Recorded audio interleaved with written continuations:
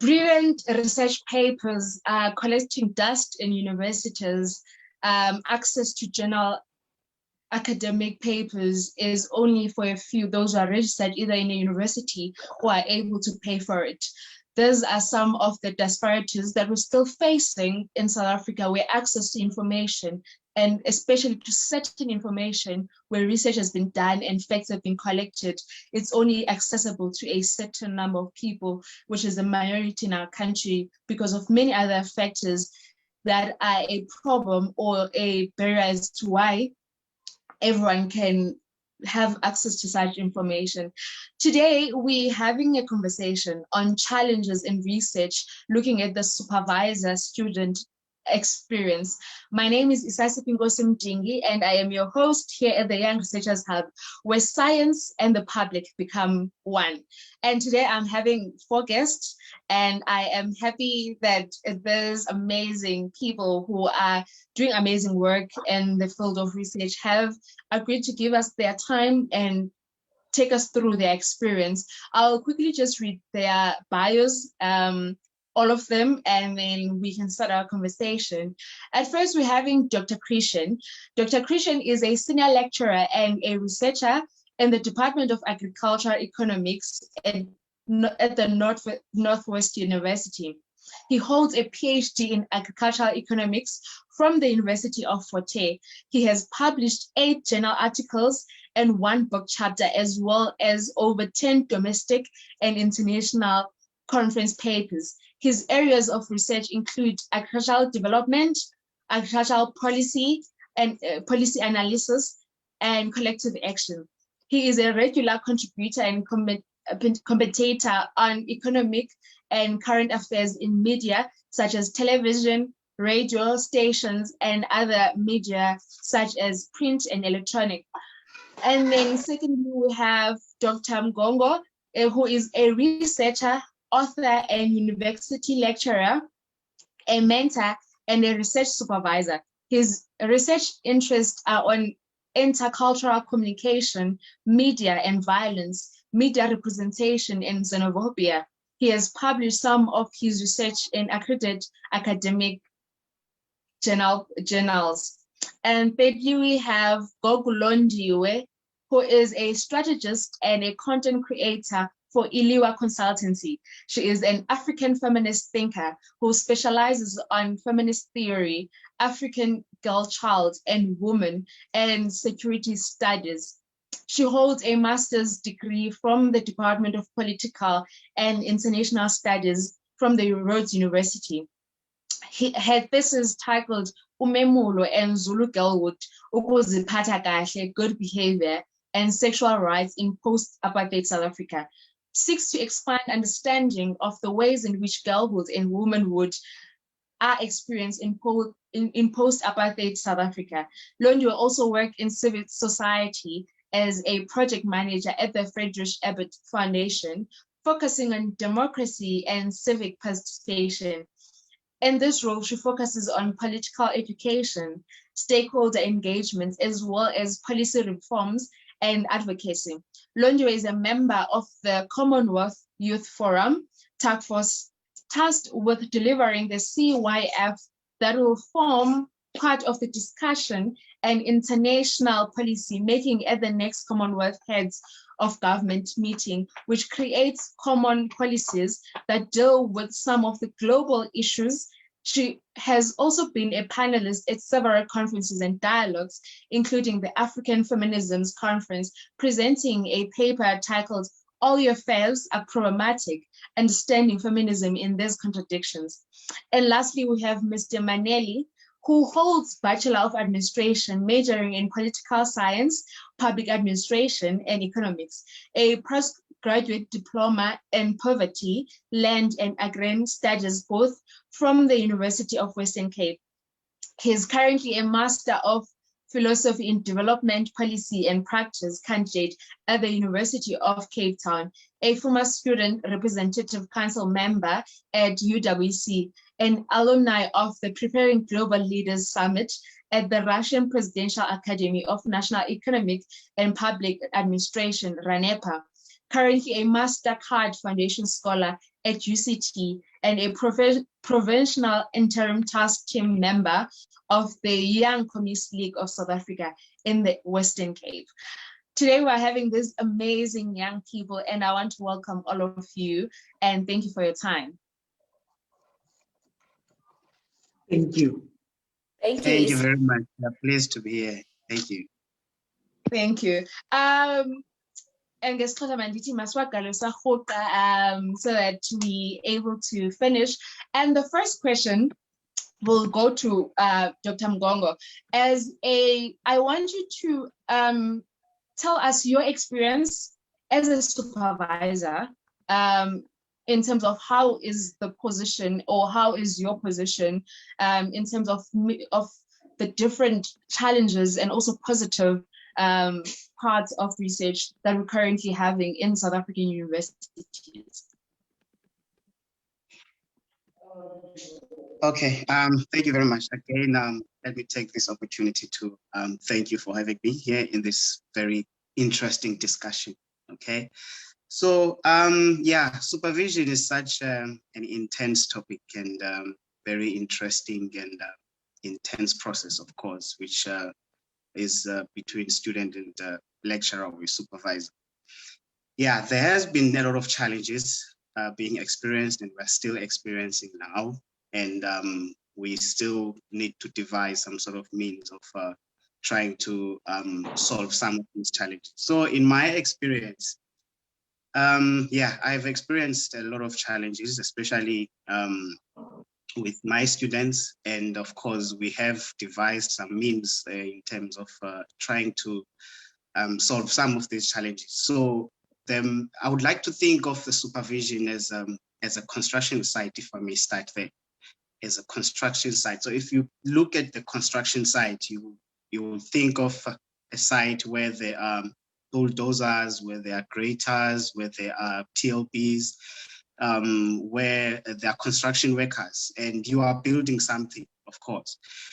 So in all the process, and there must be a relationship, of course, with employees and with the structure that you are building. So if you as a builder, you don't know what you are doing and you have no background and you have no expertise as far as what you are trying to construct is concerned, and then it's the structure is bound to collapse. And we all know that in any construction, there's bound to be challenges, storms and rains and everything, and so on and so on. So then to go straight to some of the challenges that I usually experience, I would start with the relationship, the student-supervisor relationship. So it's usually the big challenge at first, especially with misunderstandings as far as roles are concerned. So who's supposed to do what and who's supposed to do what. So students, on the other hand, they usually expect you to go as far as telling them everything as far as what they should do. So they come with a lot of expectations from their side, you know, to you as a supervisor, that you should give them everything, actually spoon feed them. So it becomes a tedious process as far as I'm concerned. And in those situations, I've developed some sort of strategy that usually sort of, you know, solve those challenges. And there is nothing, absolutely nothing that a memorandum of understanding cannot solve in those situations.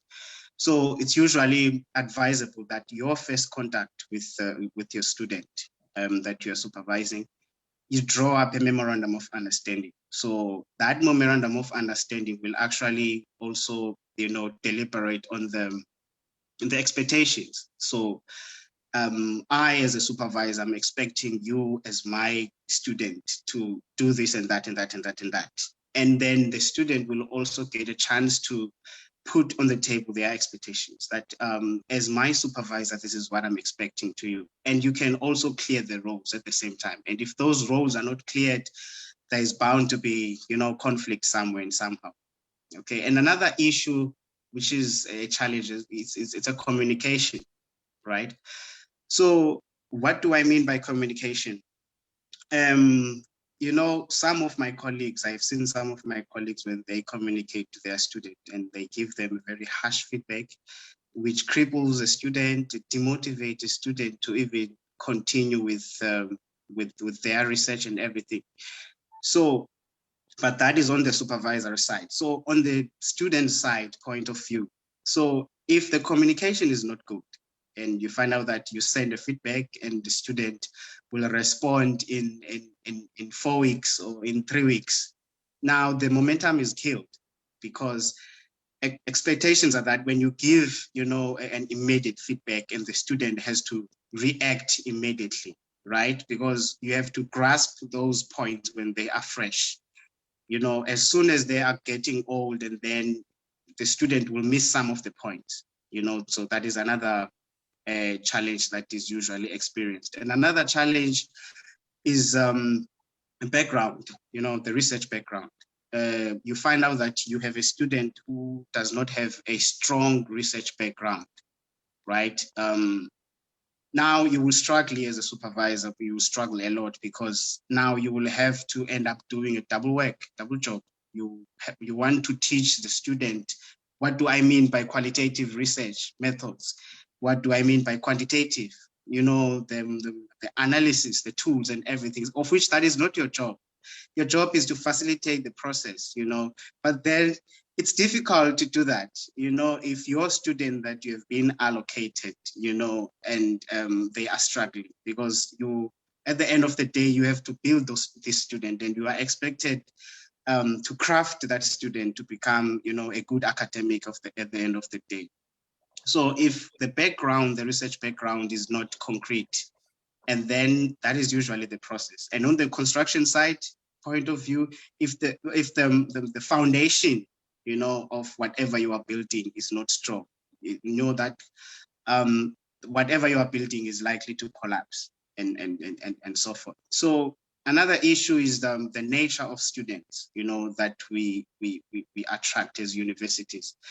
So sometimes a university is located in a rural, some sort of area. So where you attract students from the villages, and you find out that most of those students, they have been taught English as their second or third, additional language.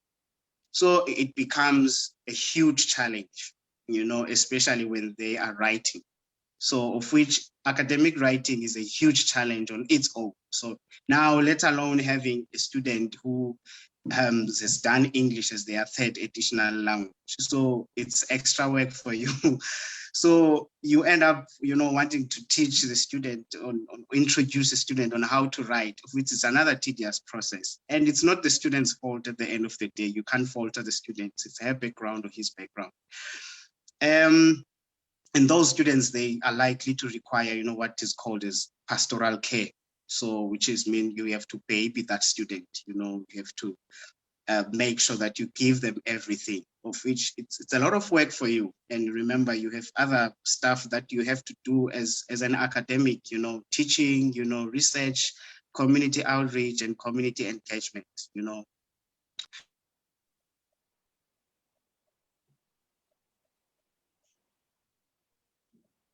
Okay.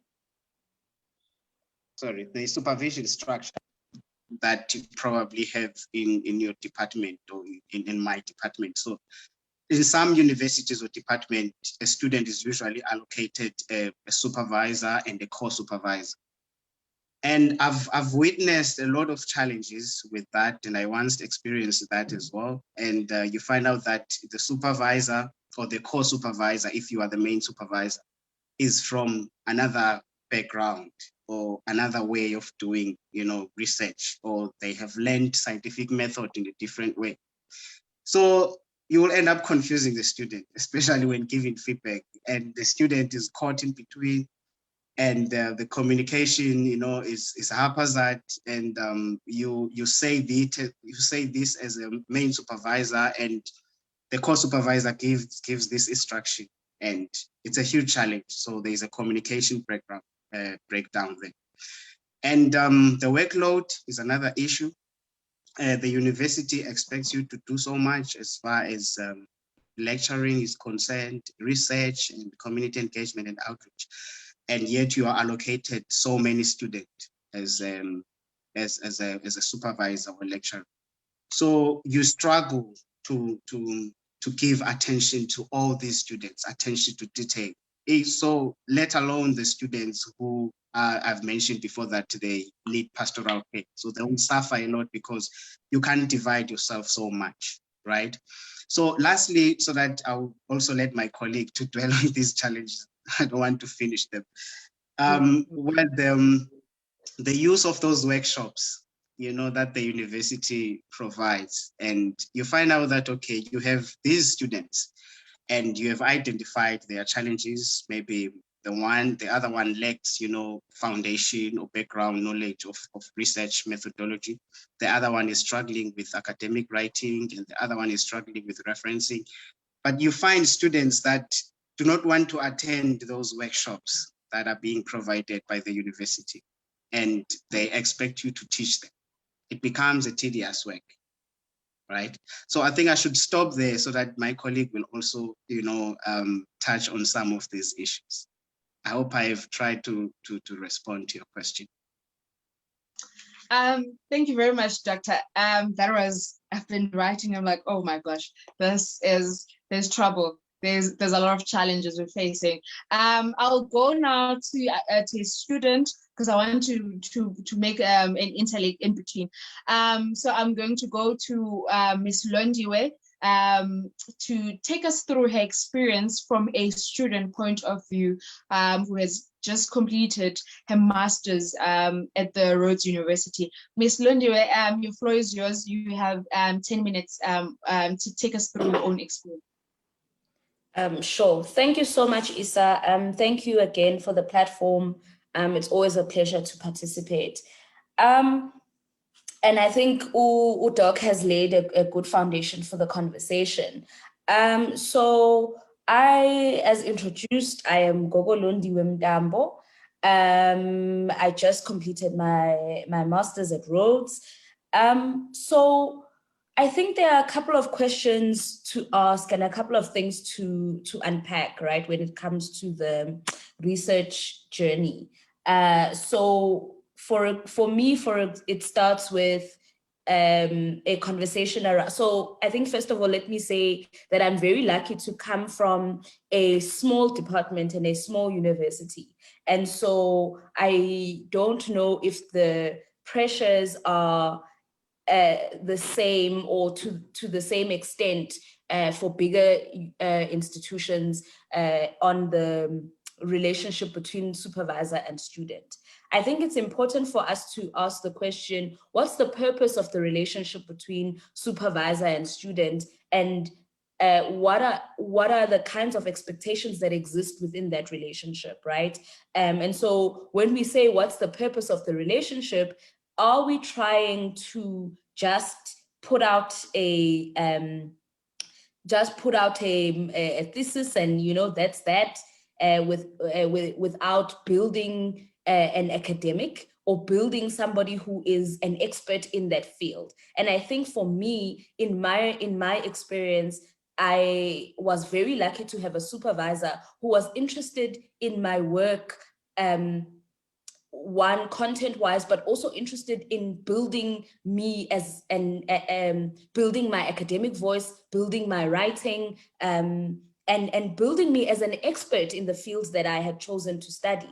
And so I think that that's very important as a foundation. And I think big shout out to Dr. Magadla there on really emphasizing Uguti, the work is mine, and the work and the theorizing and the unpacking and all of it will come from me. Yes, to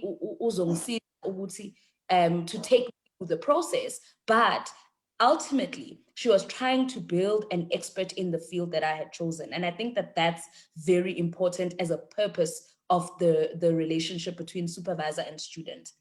I think a couple of things that I want to talk through is firstly, how I got to choosing my topic and some of the pros and cons that come with the kinds of degrees that we do, particularly core humanities, which are really about thinking, right? We want to think and we want to think through problems and we want to solve problems or think through experiences.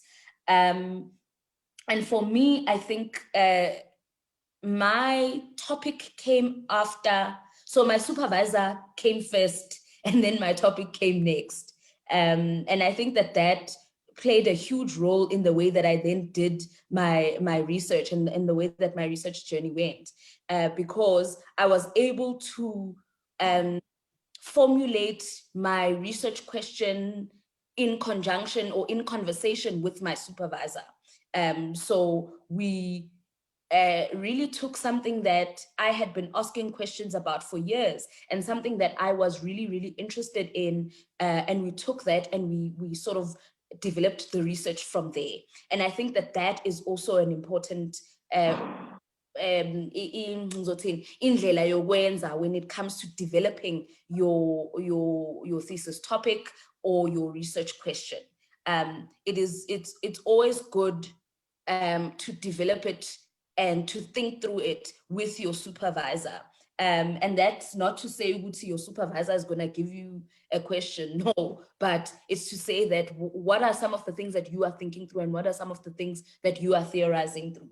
And I think that we really take for granted how important a supervisor is in your research journey, because really it makes or breaks the journey, to be honest with you.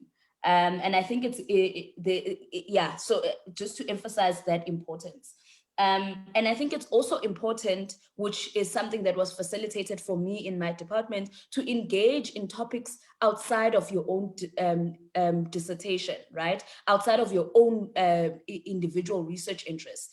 So for me, the Friday seminar series and the different dialogues and seminar series that were going on at the university and in the department helped me develop so my critical engagement with issues, so that when I was then engaging my own topic and my own field, I was able to use those skills to do the same with my own topic, right?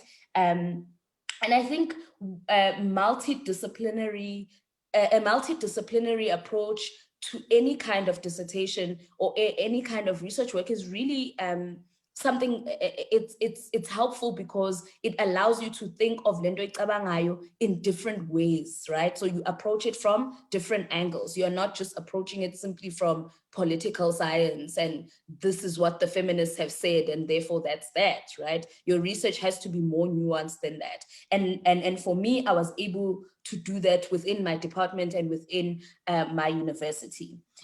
I get a lot of questions from people who are still trying to get into this research journey around how you choose a topic, right?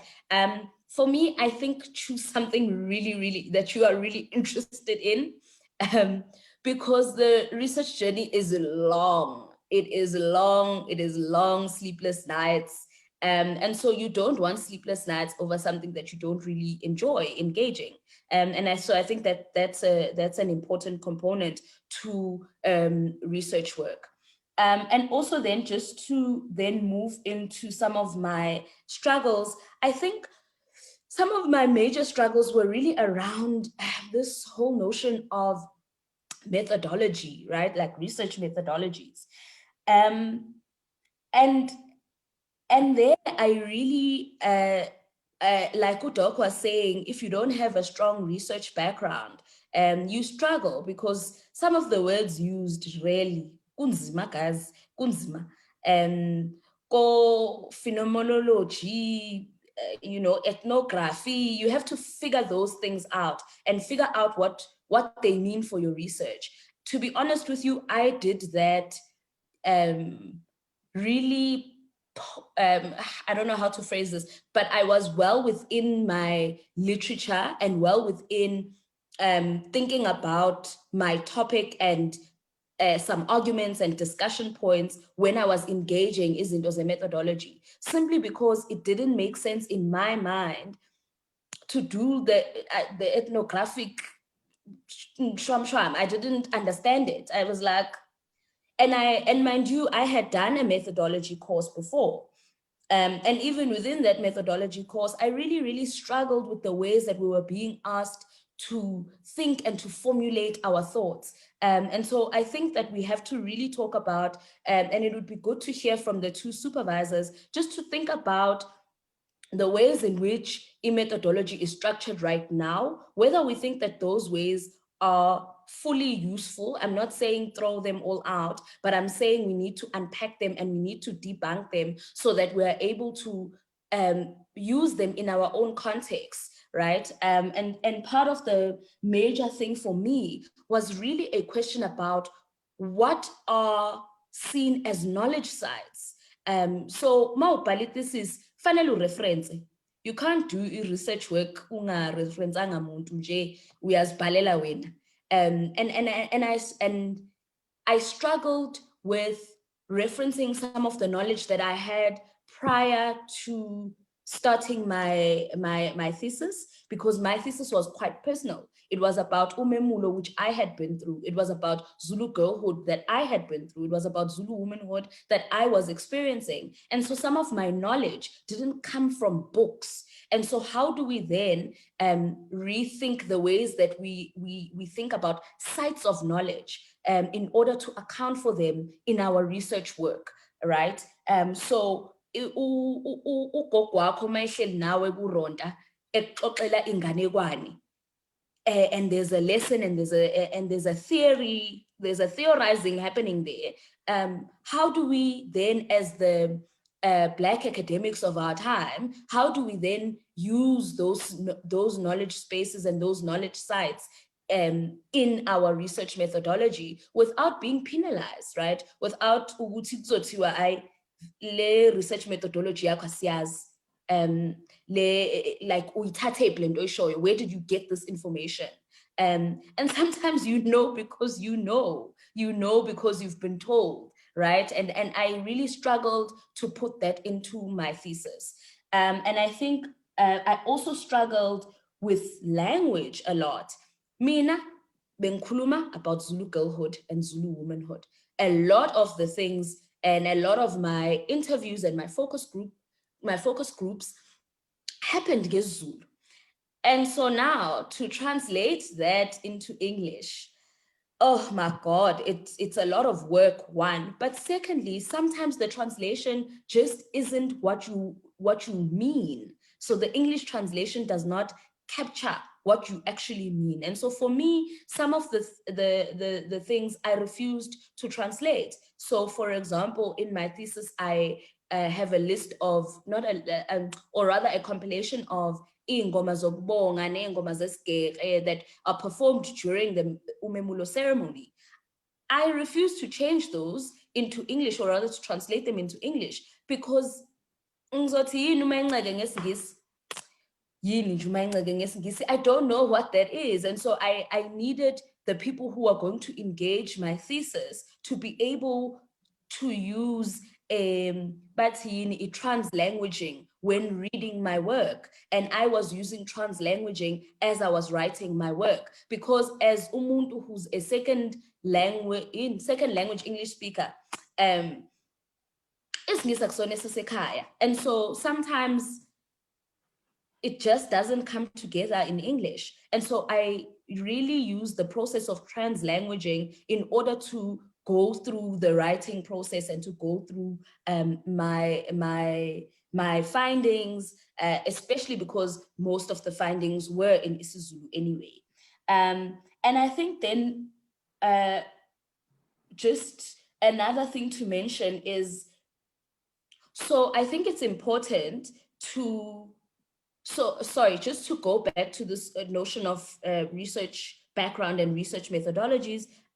really, I think this methods should be taught much earlier on in our career, in our university careers. It really should be an undergraduate part of every year in undergrad, and incorporated into the essays that we write in undergrad, so that by the time you get to postgrad and you get to your masters, you're not starting from scratch. Ethnography, right? You know, you are familiar with those kinds of terms. And also I think here it's important, again, for us to think about some kind of, I don't mean to be, what's the word? I don't mean to be, sorry, I want us to think about decolonial ways of doing research. Ukuthi uyakwazi ukuthi uhambe uyohlangana nomama emfuleni or eyokha amanzi. And that is a methodology. Mayexoxela ukuthi ayibo yazi mina umemulo kanje kanje kanje. So ukuncokola as a research methodology. I think I've forgotten the author that I used when I was presenting my proposal to speak about ukuncokola nokuxoxa as a research methodology. I'll have a look and maybe post it in the comment section. I think those are really important ways of thinking about research in an African context, right? And then the next thing for me was, I think that we have to, which is what I did with my thesis, was to use insider-outsider research, like to position myself as an insider-outsider researcher. Because I was researching my community and I was researching into that I had been through, there's a level of bias or knowledge that I come into the research space with. I am not a blank page when I come into the research space. I have been thinking about this. I have been, I've been through it. So how does that then influence my work? But also, how can I use it to make my work better, right? To be able to unpack better. Because I think when you are operating from an insider kind of perspective, there are things ozaziyo wena that outsiders don't. So you are better able to engage those things. But it is important to acknowledge in your research and in your methodology that that's your positionality, that awukho blank as you interact with whatever topic that you're interacting with. And I think that there are quite a few researchers and scholars who've done work around insider-outsider research methodologies, right? And I think that some of them are also feminist scholars. And so when you look at methodologies, one of the main things that they really try to move us away from is this thing of separating ourselves from our research, as if we are looking into the subject. So this idea that your research and your research participants are subjects that are away from you, really we must do away from that. We must do away with that idea. And I think Amadume and Mutseme do. Sorry, I'm just hearing some feedback from someone. Please mute. Okay. I'm quickly gonna mute it. I think it's Mr. Maneli. Mr. Maneli, may you please mute your? Oh, he just muted. We're fine now. Please try and wrap up so that we can move to Dr. Christian. Sure. I think so. I was just saying, Amaidume, no Mutseme were really good examples for me of people who were doing research about themselves and about their communities and how useful that positionality is. And one of the people that I really lean on in my study is actually on this call, Ugogo Diekezo, who really unpacks the idea of insider-outsider research and why that positionality is important, one, but secondly, how it then influences your study, right? So I think Mina, luckily for me, I stand on the shoulders of Black women who've really tried and who have fought this methods conversation and this methods struggle before myself, right? Who are saying, man, lendlela le yokwenza research as if singaphandle or we're outside the research. And and doing the research as observers is really just not the way to go. But I also think that it's inhumane, like that kind of research lens is inhumane. Those are my thoughts for now.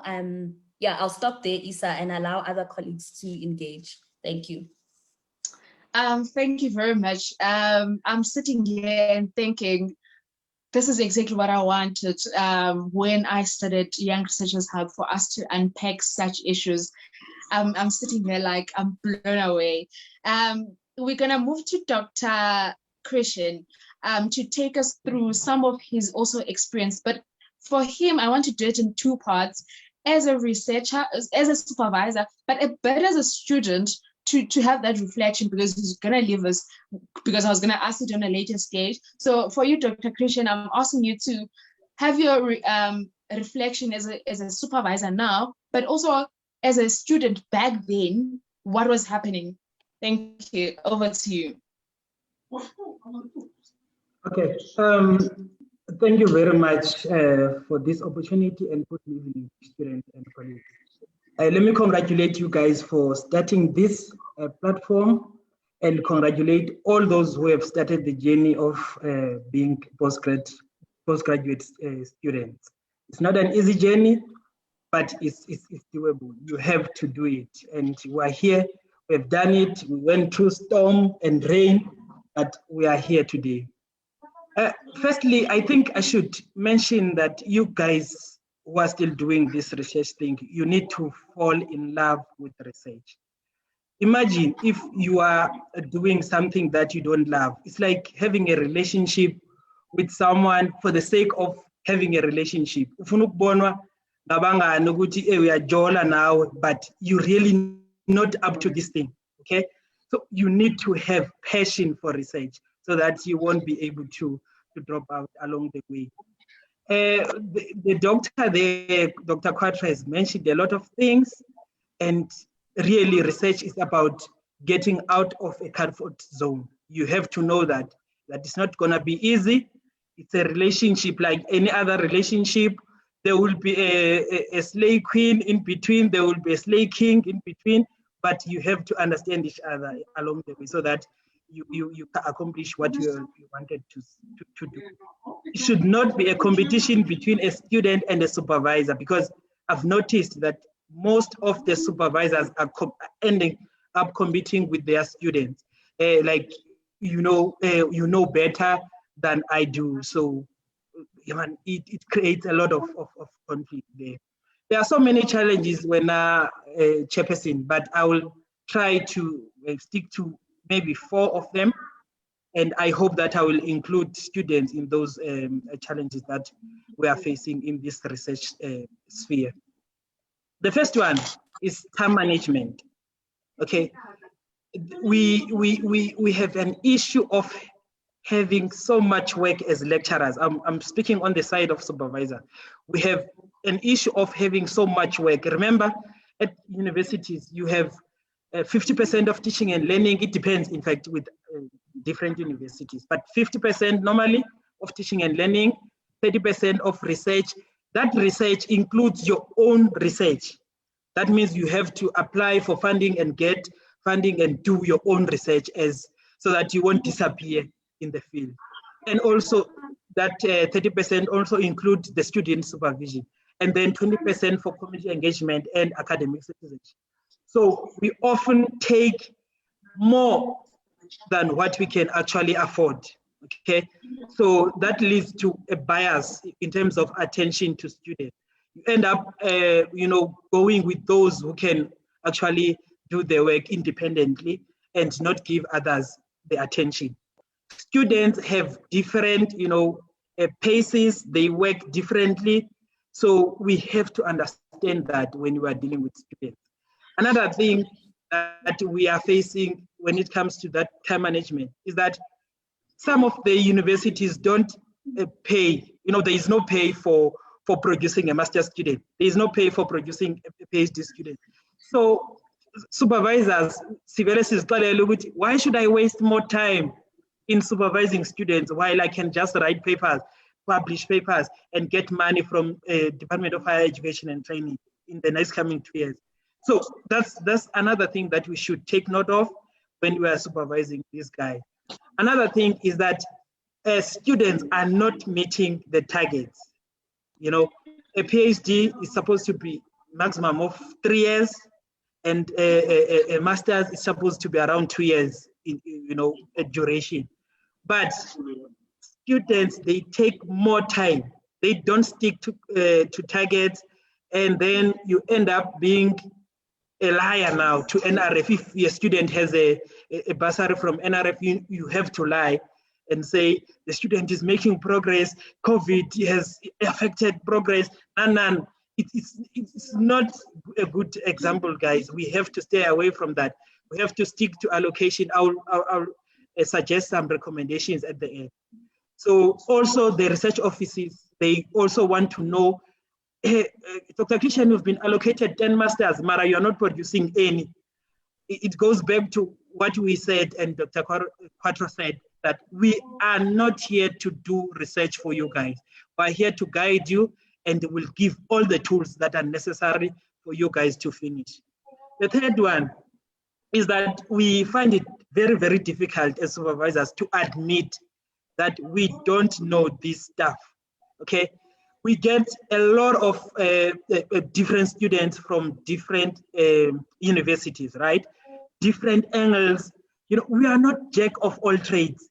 We are here to guide students, right? On the principles, on the procedures, you know, on all those kind of things, but we are not there to write for students. So it gives us a very big problem to admit, if I don't know your research area, I would end up lying or end up being a competitor to you, to say, Haman, you think you know better than me. So we find it very, very difficult to do that. I will recommend on that one also. The last one is the funding issue for supervisors. You know, it's really difficult to attract students if you do not have funding. Remember, I said part of the 4 components in the higher institution of higher learning is that teaching and learning, community engagement, and research. So part of the research is that you have to start your own research and recruit students, you know, all those kind of things. But if you do not have funding, it's really, really difficult to attract students. I mean, it's difficult to have a relationship with someone if aunama, okay? What are you going to spend? I mean, it's a means. It requires you to do things easily if you have research, okay? So take it as a relationship, that if I want to start a relationship, hey man, I must have ABC, you know, you need to have things in order, okay?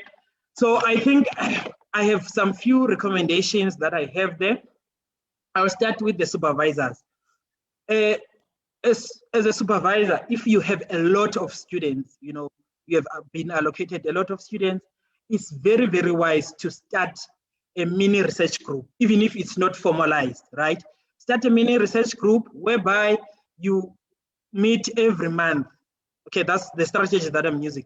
You meet each and every month, and you let the students, maybe for 2 hours or so, each and every student is an allocation of 5 minutes whereby they present progress.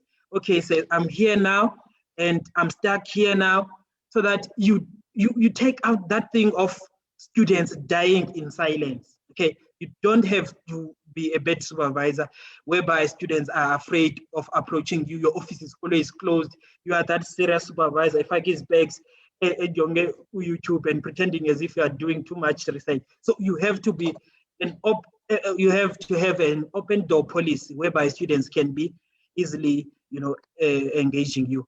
You know, that a sub-research group can also assist you if you have a lot of students, but you have also senior students, like PhD students. They can assist master's students. Someone somewhere knows something about that particular research that this new student is presenting here. So they will be able to assist each other. I lay foundations, I guide students, and then I let students help each other, and then I'm the overseer of everything. So that's the done deal that you have to do. And another one, when it comes to supervisors, and I think Dr. Quattro has mentioned this, it's very, very crucial. You need to sign a code of conduct with students. Students can be very, very rude, you know. We were never taught on how to communicate with supervisors, but you learn along the way that, okay, I can't just say, hi, Mzu, find the attach and upelele lab. You have to find a way of communicating with the student. You have to find a way of sticking to the timelines that you guys have set and signed between the student and the supervisor. So that's about that when it comes to supervisors. And when it comes to students, I want to tell you this, that supervisors are not there to do your work. They are there to guide you, okay? Don't try and think that you will charm a supervisor, you will do styles so that a supervisor can do something for you. No, no, no. You need to learn these things and do it on your own, because the danger of not doing research and let the supervisor doing the entire work is that when you get into the work industry, you will be nothing but a talk of the department. That no muntu buya kuphi lo, where does he learn these research things? You don't have anything to say when there are meetings, when there are students presentation. So you have to know that you do this thing on your own, not for anyone else. You have to understand the supervisor style of work. Some supervisors, they require you guys to be on the labs like 24 hours, okay? If you have seen some students carrying big bags, God forgive me, it's always international students. They are carrying big bags and they will be staying at the lab 24 hours, okay? And you find out that the productivity is not there, but it's different, styles of working. So I won't go into details, but find out that this supervisor requires me to do this, okay? Then follow that style. Like I said, you need to arrange on the first day of your meeting with the supervisor. Just tell the supervisor what are your expectations, hear him out or her out, what are his or her expectations as a supervisor, and then please, if you are not able to meet the deadlines or the timelines, please let the supervisor know. We are human beings, we understand these things, and we can motivate for extension of funding, etc. if you are transparent to us. If you are married and you are finding challenges in your marriage, or your boyfriend is doing things, or your girlfriend, and you end up not being able to finalize things on time, then please let us know. We know that we are not social workers, but at least we are trained to understand that we have different people coming from different countries and with different dynamics. So we have to understand those kind of things, okay? Last one is that you have to attend trainings, right? Nobody was born as a researcher here. You improve, time and again, as time goes by, you improve one skill at a time. Research is the skill on its own. You improve, even presenting in front of people. You practice that skill when you attend mini conferences. I liked one of the suggestions from the student. She said, we need to have this kind of engagement, kind of research methodologies on our undergrad level. There are so many, courses that are offered, and you can always attend those things. Your NRF allocation, if you are funded by NRF, it has different entities where you can use that money, either for attending conferences, either for improving, your skills through attending workshops and other things. Maratina, what we do, we take that money, yonke, we chow it, we disappear, and when our supervisors are looking for us, we are nowhere to be found. We eat it, like literally, buy cars, sibeje, and do other things, and forget that we have to empower ourselves. So that's it from me, Chairperson. I don't know if there will be any follow-ups, but I will be still here until 7 o'clock. Thank you very much. Thank you, Dr. Christian. Since we're going to have to let go of you at 7, I would like to pose some questions to you before I move to Mr. Maneli. So you mentioned quite a number of things when it comes to the research, and I'm one of those people who, when I got to my my master's, my supervisor didn't understand my topic, and I ended up doing a different topic altogether. But I was lucky that when I did that topic, at least it was something that was still close to my heart. But now I could imagine a student with my similar situation finding a supervisor who does not have expertise in that area, and they end up pushing them to their own area. And this has been to different people common, where supervisors are pushing students also towards areas that they are researching on, so that they can continue having the knowledge and write their own papers for their own benefit. So in that regard, what can students do if you've been allocated this supervisor and you want to do this topic, and they're pushing you to a different topic that you know personally that I won't be able to cope in the long run? Like we say, research is a very difficult journey. And I remember the first time Dr. Metula was here, she said, you need to pick something that you could wake up at 2 a.m. and still do it, even if your body is shutting down. Now, if I'm being given a topic that I don't like, it means at 2 a.m., I won't be able to do that. So what's my position as a student if I find myself in that situation? Okay, you're very interesting comment there. You know, the universities or departments have different types of recruiting strategies, you know, when it comes to postgraduate students. You may be recruited and be under my name because of the research, the bigger research that I have. Remember, maybe I could have a funding, and these are my research areas. And then when you apply, you have to include your proposal. So on the selection day, we sit down and check whether your research area will be suitable for me or the other guy or the other guys. So that's the first thing. The second thing is that if, for example, you don't have any fit in the department, and then we end up recruiting you because we want money. Postgraduates makes money within the department, so we can recruit you based on that. But be it as it may, if you have been allocated a supervisor and he looks like someone who doesn't understand your topic, on your first day of engagement, you discuss these issues, and it is not correct. It is not right that the supervisor can impose a topic into a student. It is not correct. Rather, give the research topic to other colleagues who are more familiar within your research area. But to change the topic, it is not good, because when things are not going well with your research, you are having nightmares, I won't be there to support you. I mean, because it's your research, it's your baby, it should be your love. When I started with this engagement, I said you should love what you are doing.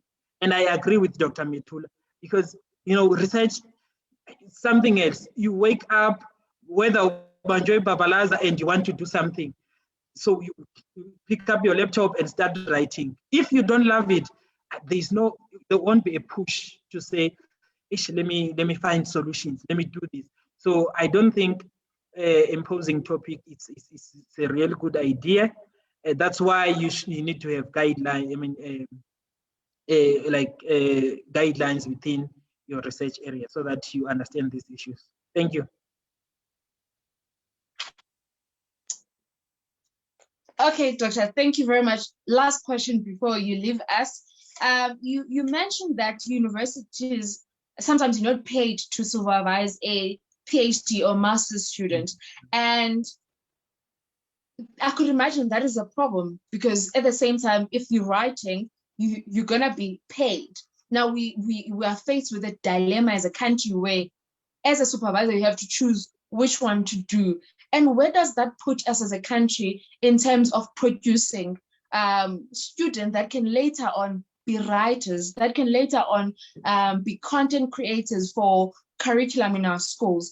The constant cry is that we don't have enough professors that are actually speaking from our voice, especially as a Black people.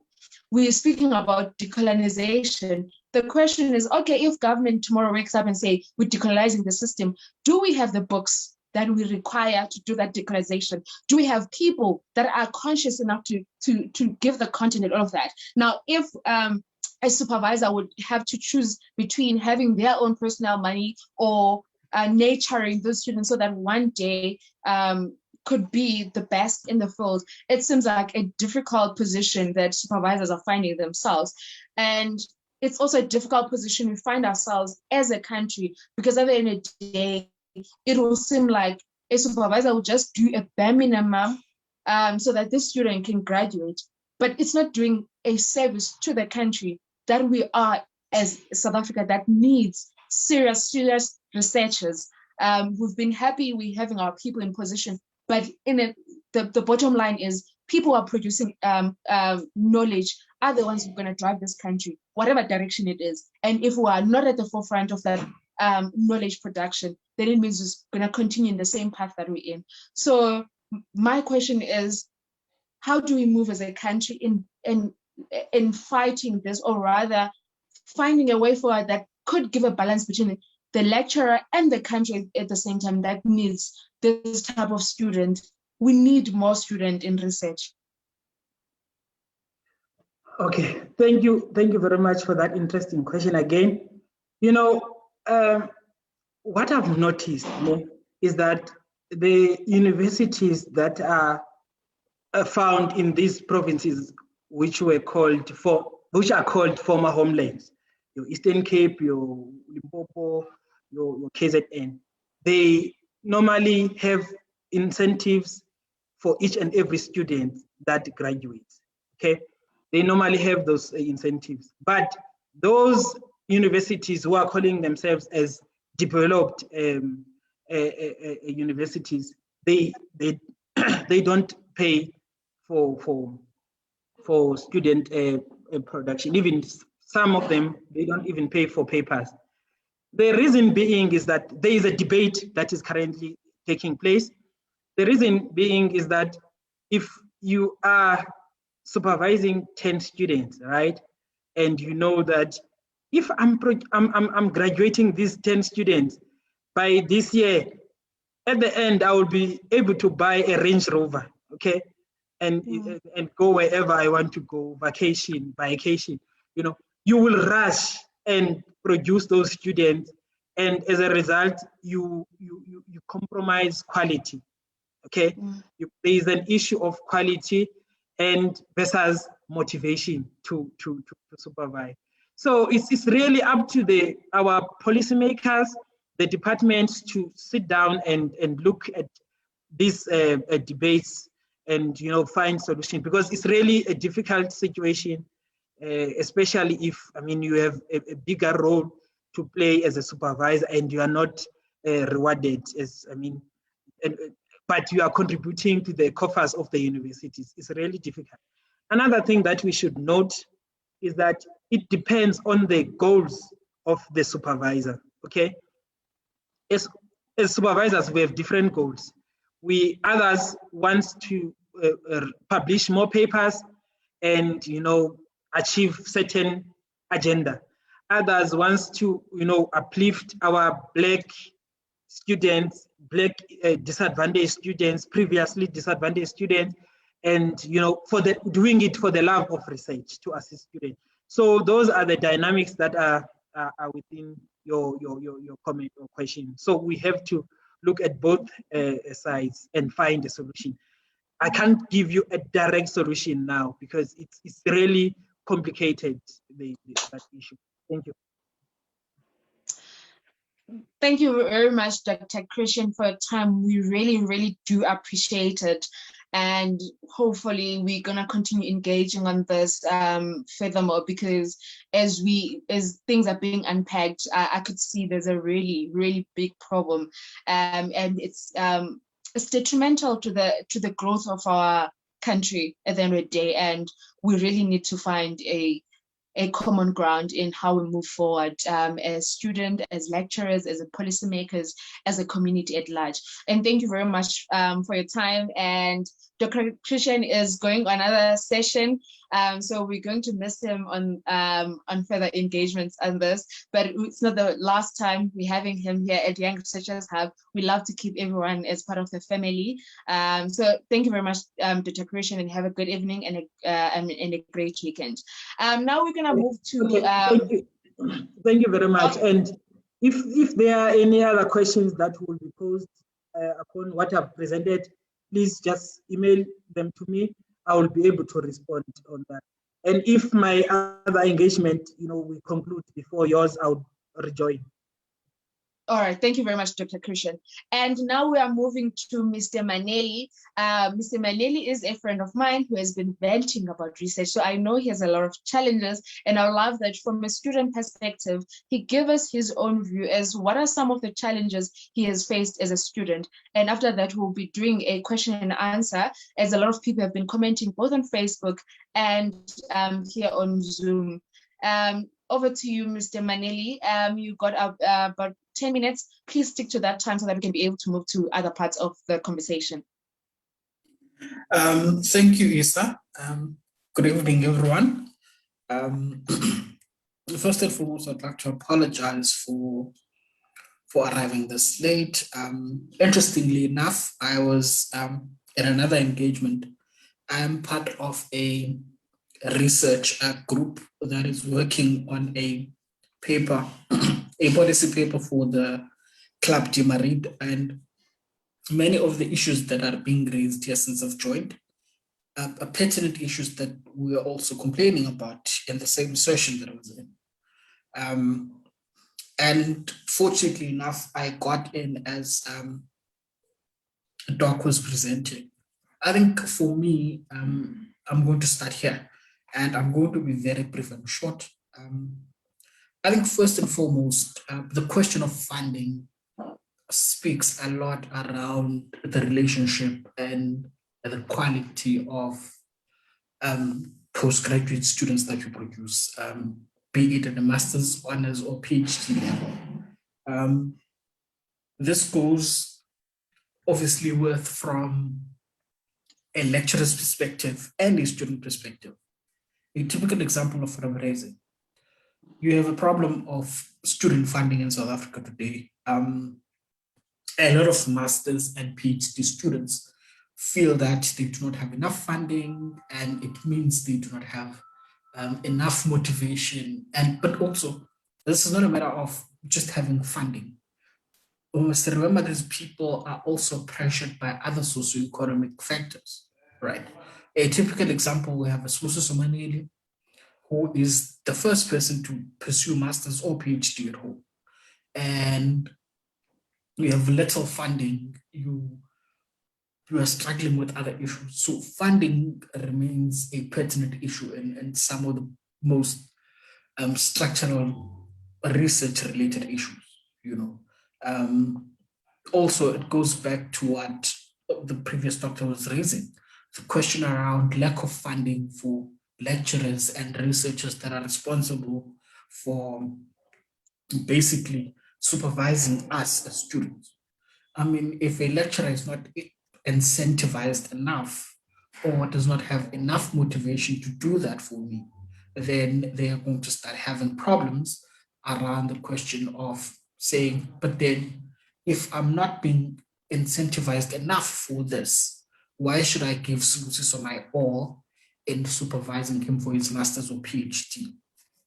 Now, the second part of my argument in relation to funding deals with the same thing that Doc was raising around students not finishing in record time and others dropping out.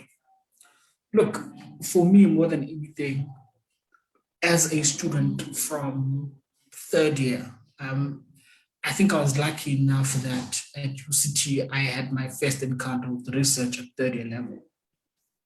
And one of my lecturers, that was my research methods lecturers, the first thing she said in the first class of research methods was the only way to know research was doing research. But then, however, one does not just do research. You have to deal with certain technical aspects of research. You have to understand certain principles of research. You have to understand the dynamics of interpersonal relationships that have to do with research. And all of those things in most universities are not taught when we are doing research method at undergrad level, at honors level or master's level. So those are the principles that I think our universities are failing to instill in us. A simple interpersonal relationship method of saying, how do you deal with the relationship between you and your supervisor?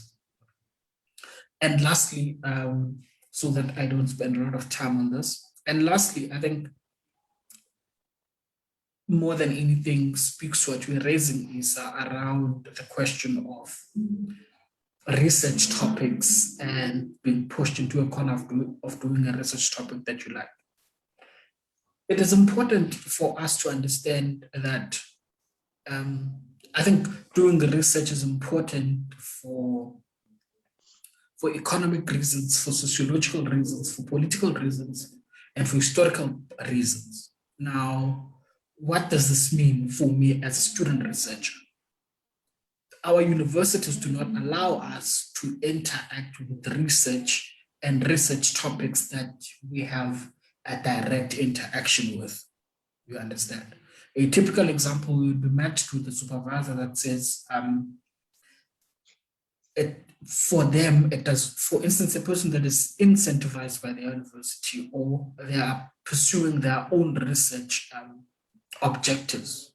If I want to research about Ukumbu and how land is being shared through communal property there, and my supervisor is more into something else which is related to land, because of that incentive of being incentivized in that way, you will always be found in a corner that says, because your supervisor is giving you funding, it means then you would have to break your back to support whatever it is that they say. Whereas if students were given enough support and funding by institution and government institutions, we would be able to pursue research topics that are our own lived experiences. And that way, you'll be able to pursue a research that at any time that you would wake up at 3 o'clock and anyone says, give me a paragraph of your research, you'd be able to do that.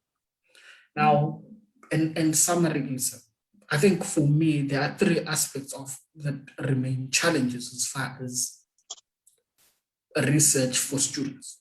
Question of funding, both for students and supervisors. 2, the interconnectiveness of institutions, higher institutions, and communities where we come from.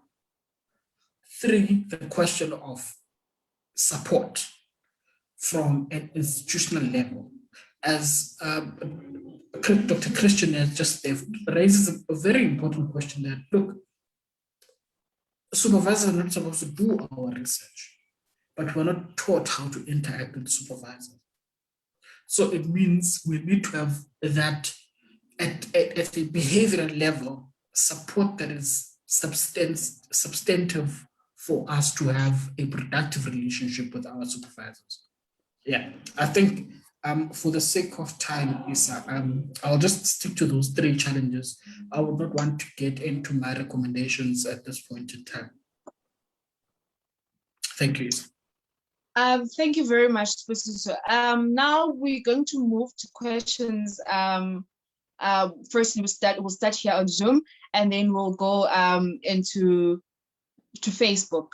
And based on the question, I'll allow a speaker that feels they mostly comfortable to answer that question to answer it. I think this one will be Dr. Mgongo because it speaks about the Department of Higher Education. So the question is, what is Department of Higher Education doing in terms of incentivizing lecturers to nurture rather than to try to forcefully push, to do a push and pull for young lecturers? Dr. Mgongo, that is on your side. Okay, thank you for that question. I think it is still similar to what Dr. Christian has mentioned before, that there's still so much debate that is going on as far as incentivizing is concerned, you know. And the big issue is that some other institutions do it and some they don't. So now there is no harmony, there is no synergy, you know, and if some other universities, you know, decide to motivate their staff members and try to attract, you know, students through funding and everything, and then the question is why others can't do that. So, and you know, those debates, they go as far as what Doc has said before, that there's an idea that we will focus more on money rather than, you know, focusing on producing the quality and everything.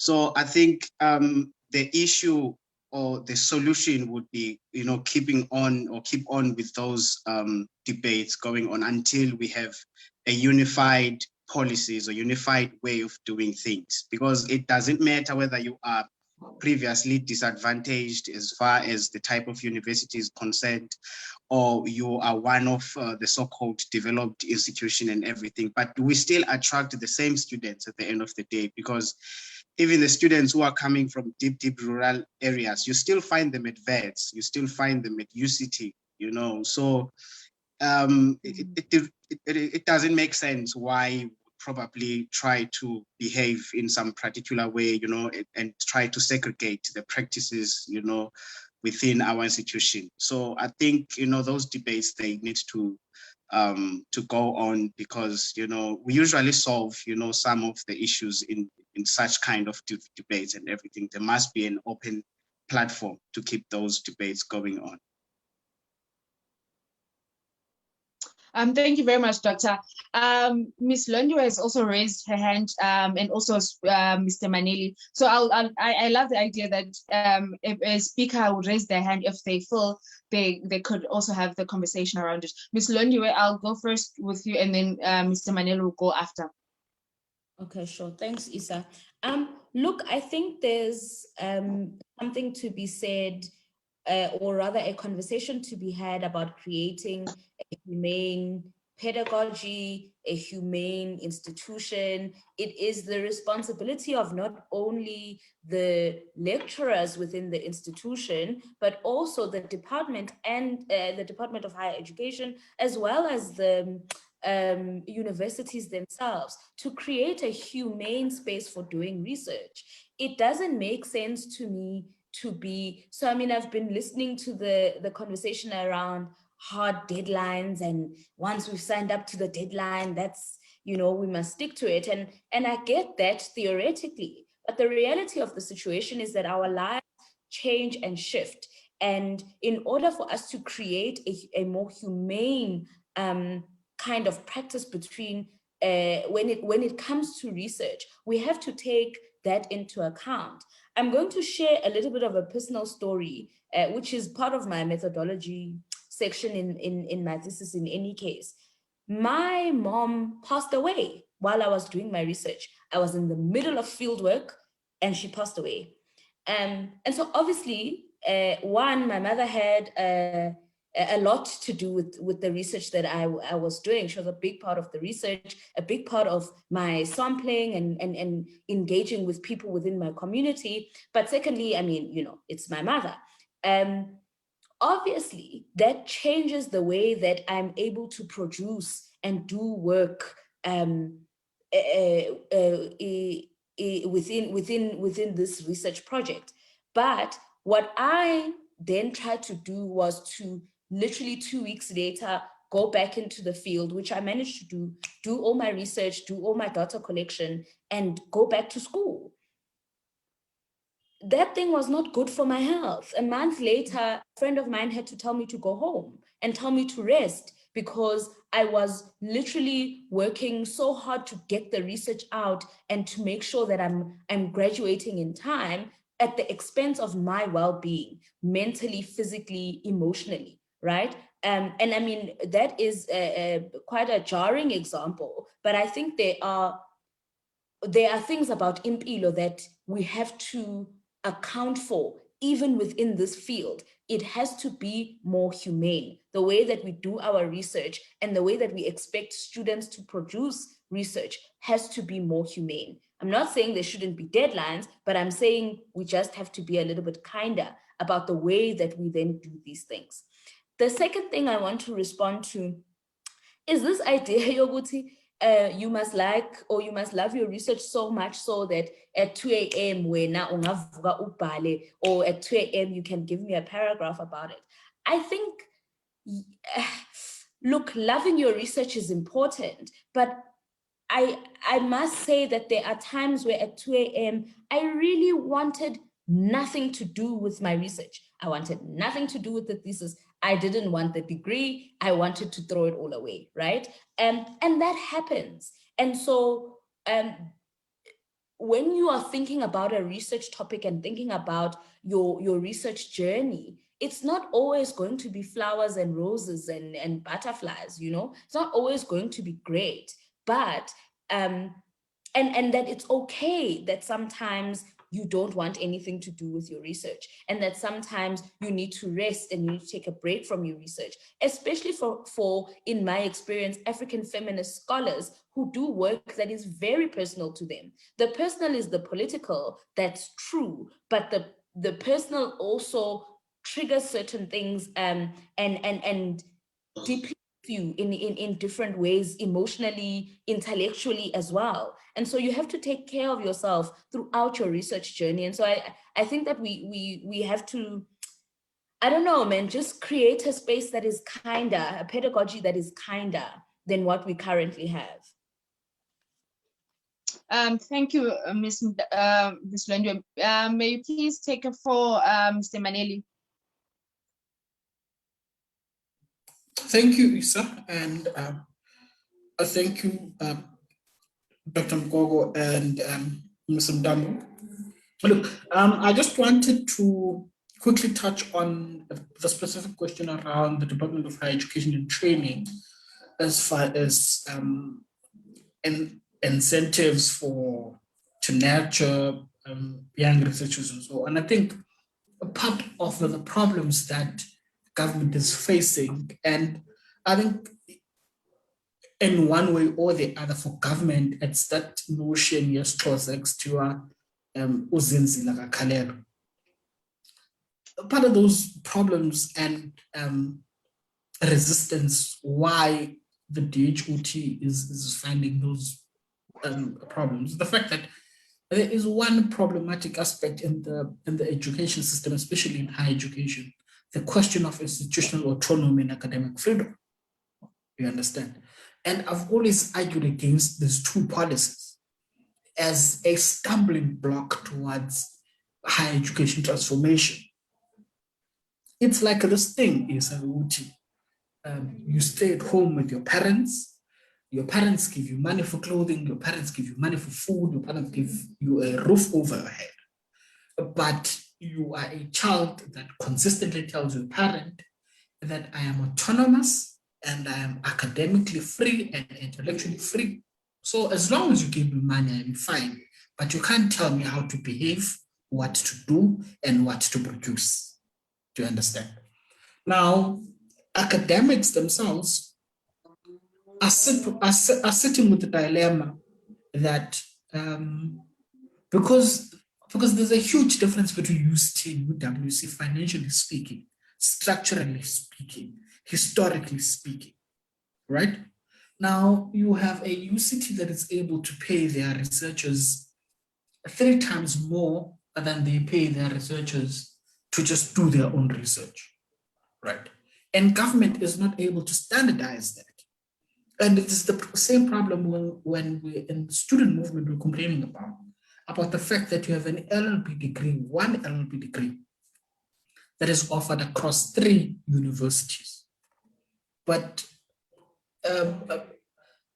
admission scores for those 3 universities, it's like there are universities in 3 different countries. Do you understand? And it's the same situation then with nurturing and having an incentive and motivation to nurture young academics in South Africa today. Dr. Mkongo, if is not incentivized enough to put the time that he has and the resources and his intellectual capacity into nurturing young scholars, young researchers, and young academics, unlike at UCT, his colleague that is given 3 times more the budget, then what is stopping him from doing the bare minimum? Do you understand? So I'm saying, I think we must not also look at these things at abstract level as well, but at the policy level. Because these institutions, more than anything, are governed by policy perspectives, policy approaches. So I'm saying also as academics, we need to look at what is the alternative to academic freedom and institutional autonomy for the realization of a transformed higher education system. Thank you. Thank you to our speakers. And now we go on Facebook. We have a couple of questions, and I'll ask them as we go. And I'll ask that we must be very brief in our answers. Time is not really on our side, and I apologize for that. It's an interesting conversation, but time is always an issue. The first question we have on Facebook is from Sanele, and Sanele is asking, Dr. Mgongo, how long do you think a supervisor should take to respond? What's the turnaround time? Also, how do you as a student make sure that you don't put pressure to the supervisor while panicking? Okay, thank you for this interesting question. I think I must on what Lottie was mentioned before, that yes, supervision must offer some peace of mind, because we are going through a lot, as individuals. Therefore, the MOU that I've talked about earlier on, the Memorandum of Understanding that you draw between you and your student, on set as your first time meeting. You should talk and understand what else are you doing as a master's student or as a PhD student. Okay, what kind of work are you doing? How much stress does that work put on you? And then from there we can decide, as far as our schedules, in terms of submission and in terms of the feedback and because in teaching and learning, with feedback, it is very simple. You have to give feedback within 48 hours to keep your students motivated, because with that it's easy, because you give your student assessments and then they submit with a deadline and you mark, and then within 48 hours you give them feedback, and then you keep it going. Then with research, it's a little bit different, because you have to decide with the student, and then you have to decide on those time, and it must not put pressure on the other person at the same time, because you are both adult, and it's a pedagogic, space, which means everyone is learning in this process. So if you agree that you will submit a chapter in 3 weeks' time, and then you have to agree in that. If it's in a month time, depending on the quantity or the level of study or the studying that you are doing. If you're at PhD level, probably for a chapter, we would expect at least a month or a month and a half or 2 months, depending on what you are dealing with. And then at master's level, because at least the level is a little bit lower, and then you do not have to do so much. So probably within 3 weeks or within a month, and of course, depending on the students, pressure as with their daily activities, because they are not only studying, they are also human beings and they are doing a lot of stuff. So I would say that to give a straight answer is that you and your supervisor have to be comfortable with schedules. And if you want to finish quicker, and then we can shorten, the submission and the feedback times. So depending on the level, if it's honors, at least you would expect a much quicker response and everything, so that no one is pressured and you are still working with your own pace. So it's a little bit, liberated environment when it comes to supervision. I hope I have answered the question. Thank you, Doctor. Please don't leave, because there's another question to the supervisors. How do they deal with situation where a student is from another institution and their writing style is different from the one that the institution or supervisor may know? And I think just from looking at this question, I think it comes from a point of where a student is now being forced to write in a certain way by the supervisor, because it's different from what they know. And I think the student also wants to understand how would they have to deal with that situation. Okay, I have to mention that, scientific method is not really that much different. We usually write in the same way academically. And then I don't think there should be so much differences in terms of the writing that this university wanted you to write in this way. Academic writing, as difficult as it is, but it's unified to some extent, because you use some sort of certain threshold, depending on your discipline, of course. But then the institution always has, their own ways of doing things. Talking about the proposal structure or the thesis, the dissertation structure, the composition of it. So I don't think there is much in terms of writing, but you can take students to those writing workshops. The university usually offers those workshops. And if there is any specialized way of writing, for that particular institution, and then it's where the student can actually learn to write. But I don't think you really have to confine the student in a particular way of writing, because academic writing is as it is. So it is not that different to the other institution, unless you meet those supervisor who wants you to use big jargons when you are writing, and they want you to use some big words and everything, which is not right, because academic writing is supposed to be precise and supposed to be simple and straight to the point. And it's supposed not to confuse anyone, right? So if you are experiencing that issue, you are allowed to write in a certain way, and then you need to sit down with your supervisor. And if your supervisor is not knowledgeable with the way of writing, and then as a supervisor, you have to probably take the student to the writing workshops, or you have to prepare some meetings to take those students into a particular way of writing. But trust me, there is no much specialized way of writing from institution to institution. Academic writing is academic writing. Thank you, Doctor. And this one is posed to all of you. There's Fikelela is asking that, can you please advise on which academic sites can we use? Can you please just drop them on the comment section, or just post them on Facebook after that? So on the next question, it's again for all of you guys. It's from Musbongile with a question and a comment, and she says, I wonder if any student has experienced research as a lonely journey despite having a supervisor, particularly now with the pandemic affecting how we do research.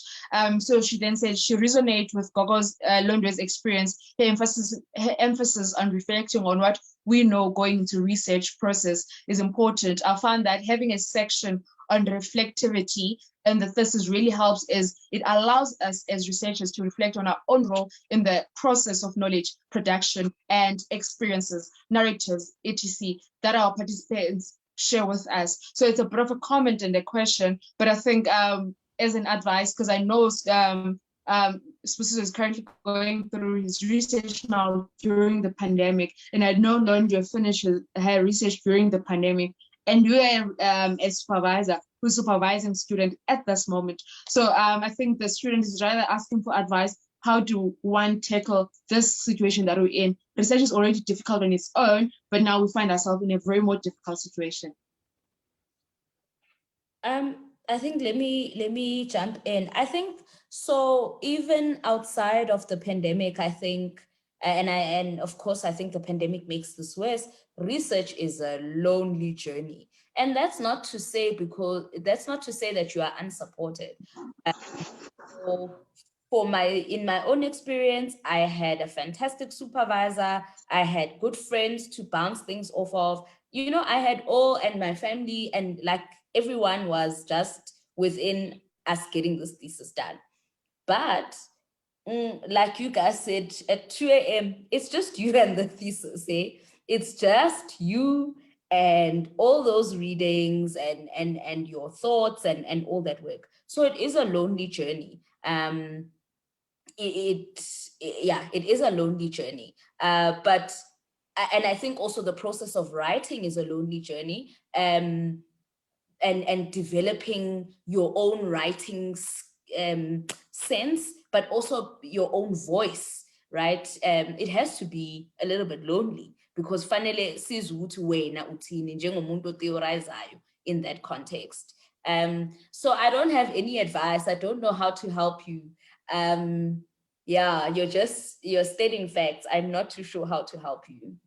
Maybe the doctor can. Yeah, if I can jump in as well. Yeah, it's indeed it's a very long journey, you know, and I've experienced that, especially with my PhD, you know, taking a long 3 years doing the same thing over and over. You get tired of it. You one day you hate it. You don't want, as you said, Lodi, where you don't want anything to do with.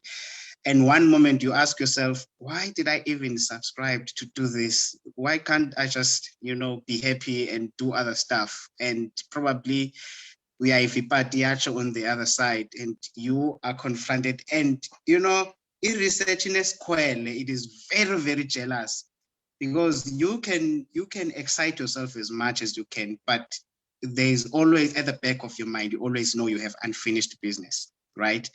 But I think the only way to keep it interesting, and because based on my experience, there was a time where if you get alienated, you know, or isolated from your research for a month, there was a time where I had to, you know, do away from my study for about 4 months, right? So it's where I was changing from institution to institution, you know, as far as work is concerned. And you arrive at a new institution and you still have to induct yourself and a lot of things that you have to do. And I even forgot what I was doing as far as my topic is concerned. I forgot everything, the topic and what was it about. So I had to start over again. So the good advice, you know, probably is to keep yourself, you know, intact, and you keep yourself involved, you know, in your research. You write your research questions in your, you put a note somewhere, because those are the basis of your research. Your research questions, because they actually ask you, what do you want to, you know, what answers do you want? Keep those research questions, post them in your computer or in everywhere that you always, you know, have to contact that spot.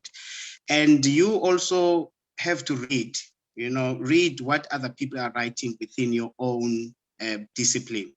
That will give you, or that will open your mind. At the same time, it will give you more ideas, you know, and ground your literature, you know, your theoretical framework, you know. And there are also colloquias or seminars or conferences. I understand during this COVID time, it's difficult, but they still go on, you know, even online.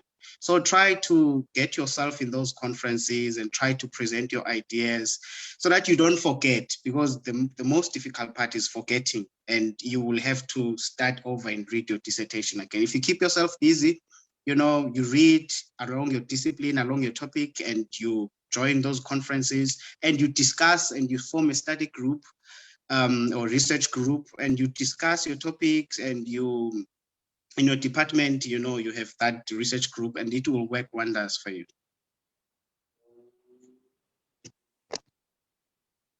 Thank you. Mr. Manelli, do you have anything to say?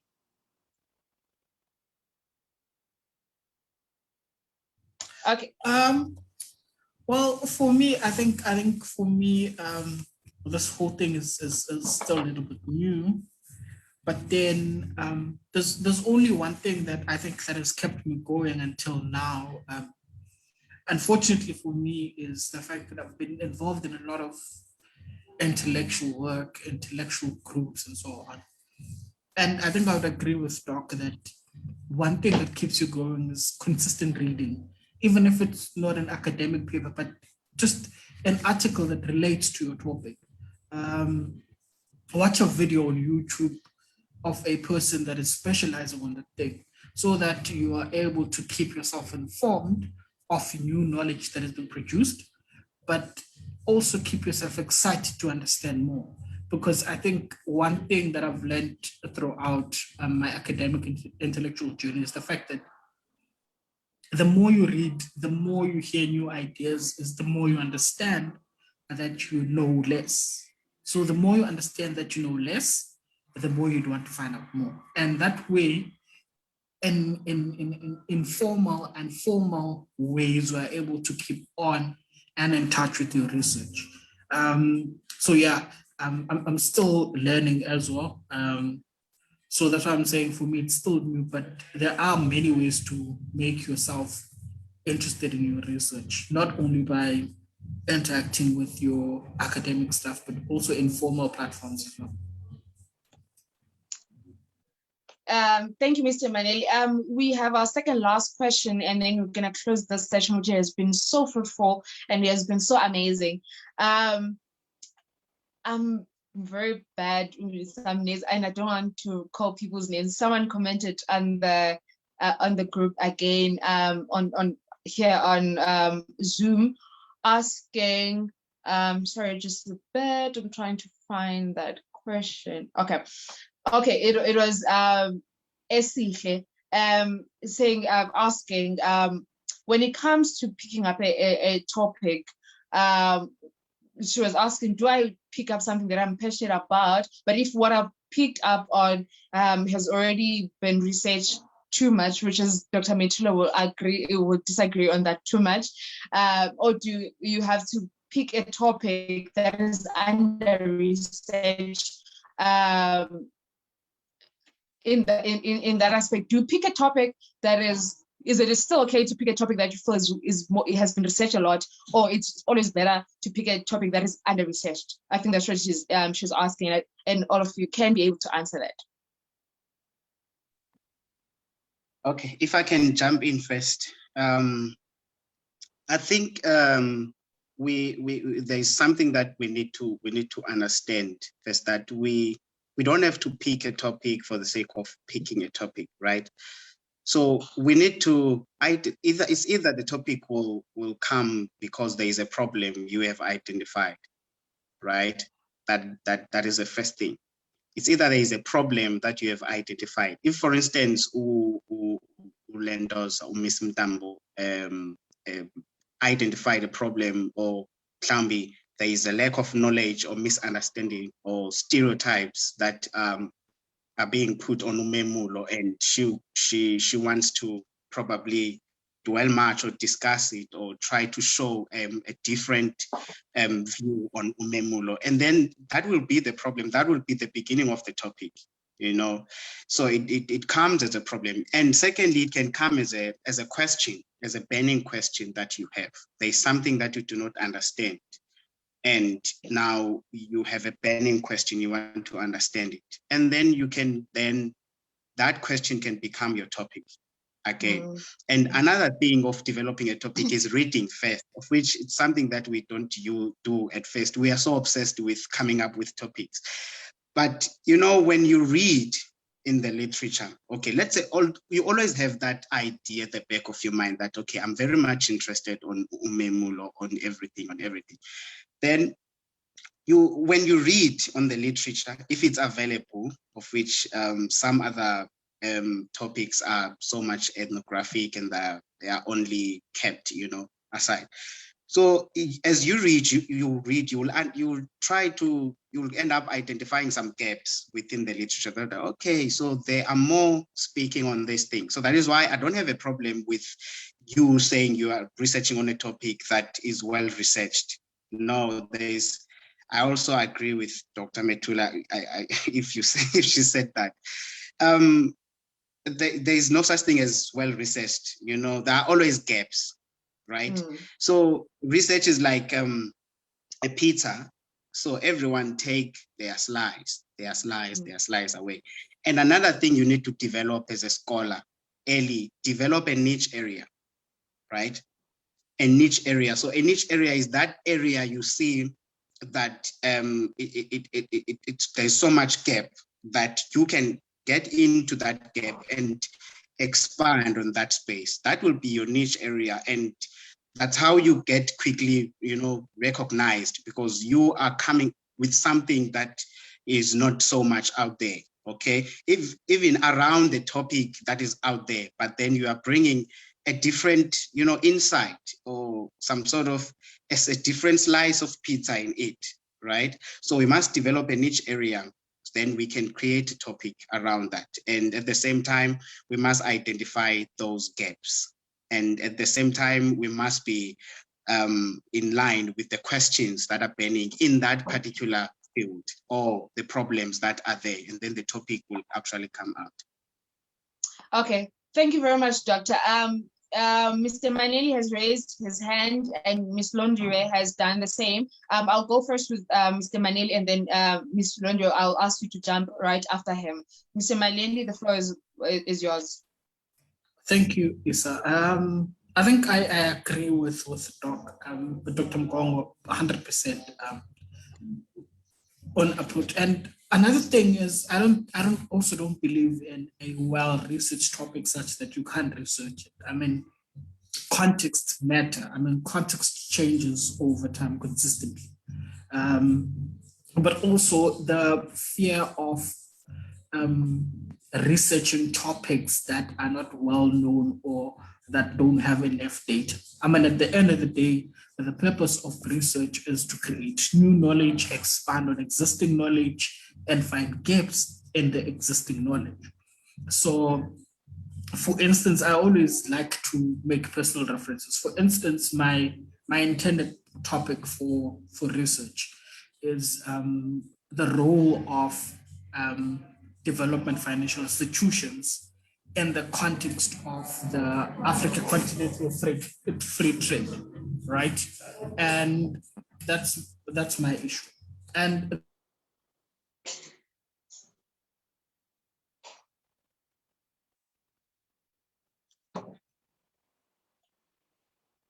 okay. Am I the only one who have lost him? I think we've lost Mr. Maneli there. Yeah, I was trying to decide, am I the only one who's having him lost? Okay, you can take the floor, Ms. Lundwe. I'm sorry about that. Oh, I think I agree with both Mr. Maneli and Udog. But I also think that if you are entering postgrad, it's always good in your honors year to have a very diverse kind of course selection. If you don't know at all so you have a research interest, but you are not sure about your question for your MA or for your PhD, I think it's always good to have a diverse kind of course compilation so that you can experience different things and ask questions about different things. And so for my master's, my courses are very much international relations, whereas my dissertation is very much politics, right? And I did that on purpose because I wanted still to have the skills and the thinking and the knowledge from IR, even though I had already decided on my niche in terms of politics and the kind of dissertation I was going to do. So it's always good to broaden your perspective And you'll find the questions that the burning questions come up from your coursework as well. Why lendo iganje? Why are people thinking about this in this way? And that's how you sort of develop your topic. But I think it's always good to have a general area of interest at the very least, you know. But yeah, I think multiple ways of thinking and multiple disciplines and courses is helpful in creating your niche and figuring out your niche, and figuring out and like Mr. Maneli was saying, research is about creating new knowledge. And so when you do a topic that is less researched, luckily for you, you have a little bit more freedom to play around with the way that that research is done and what has been the output of that research. So I really like areas of research that are less researched, because then I have the space to be creative about the way that I'm thinking about the research. Thank you very much, Ms. Ndambo and Doc. We've lost Mr. Maneli due to Wi-Fi problems. I'm just going to read comments that have been written over time. And I ask you to be, at that moment, thinking about your closing remarks, because now we're closing. And I'm just going to give you 2 minutes to just say your closing remarks and move forward. In our Zoom, we had our first comment from Dr. Metula, and she was agreeing with Dr. Mgogo at the first that students are expecting supervisors to write for them. And our second, our second comment was from Dr. Metula.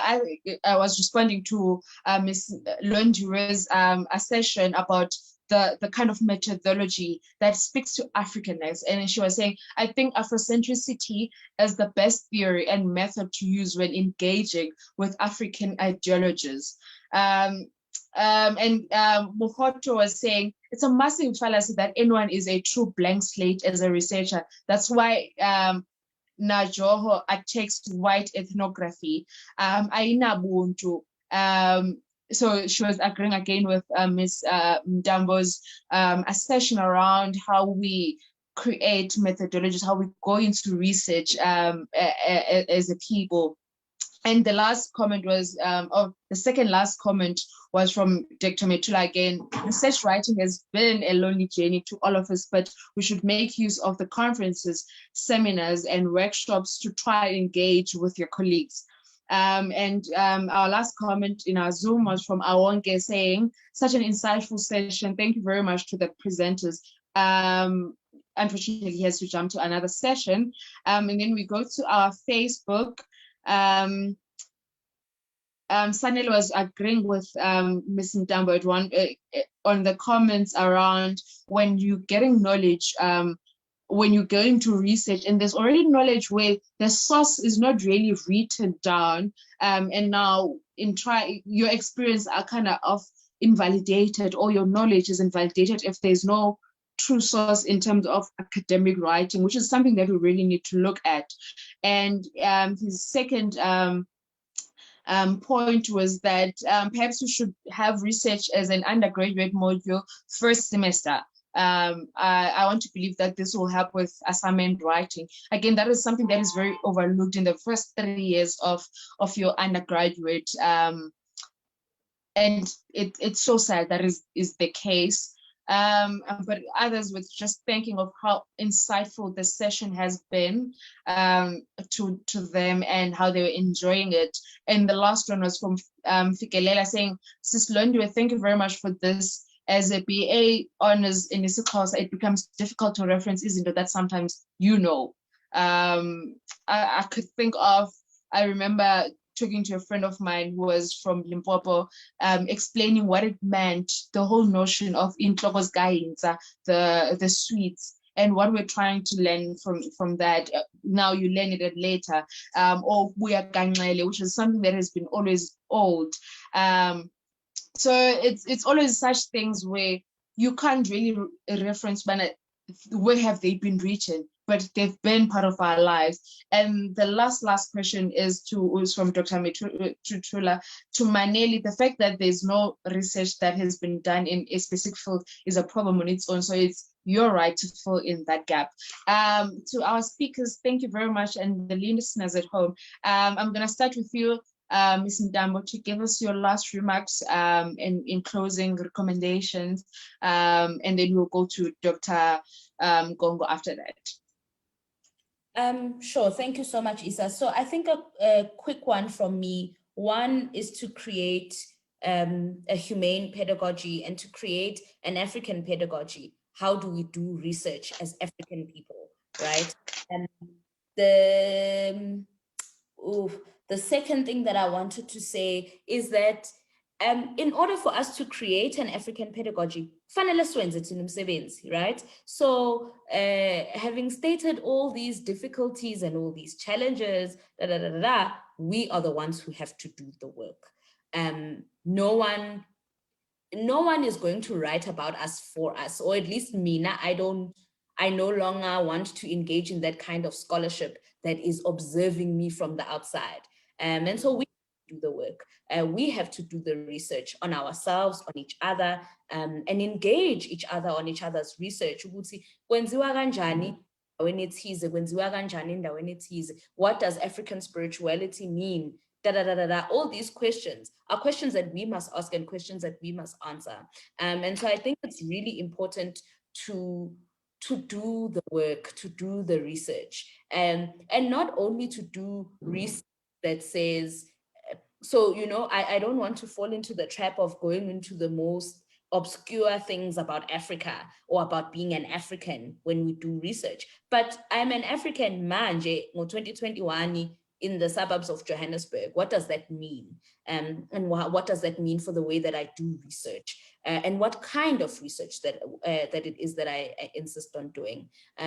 But we have to do the work. And there's so much knowledge in our communities. There's so much knowledge between Black people that, I mean, we can do research forever and ever and ever, really.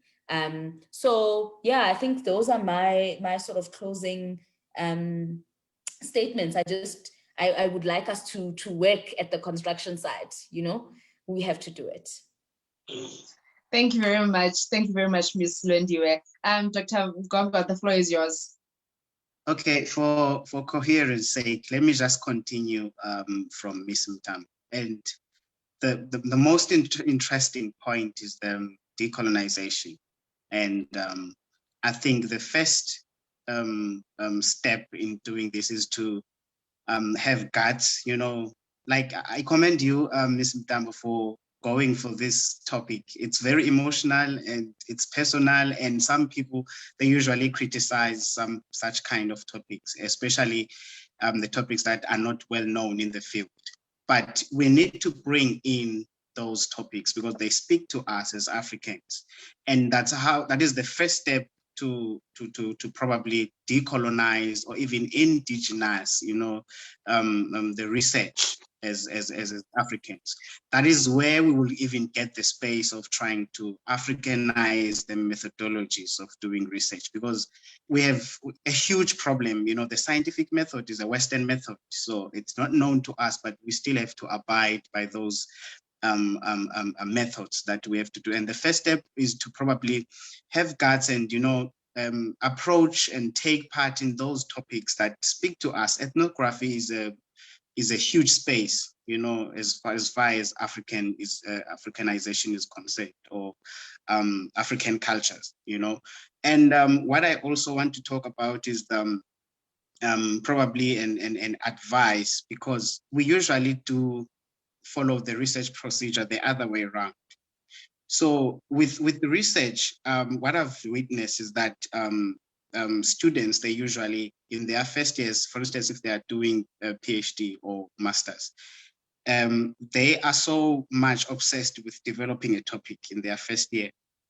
And then that topic, of course, will come from their niche area or the area of interest. They've always wanted to research about this topic. Probably they did well in their honors, so they feel that, no, I should continue with this. without grounding themselves as far as knowledge is concerned.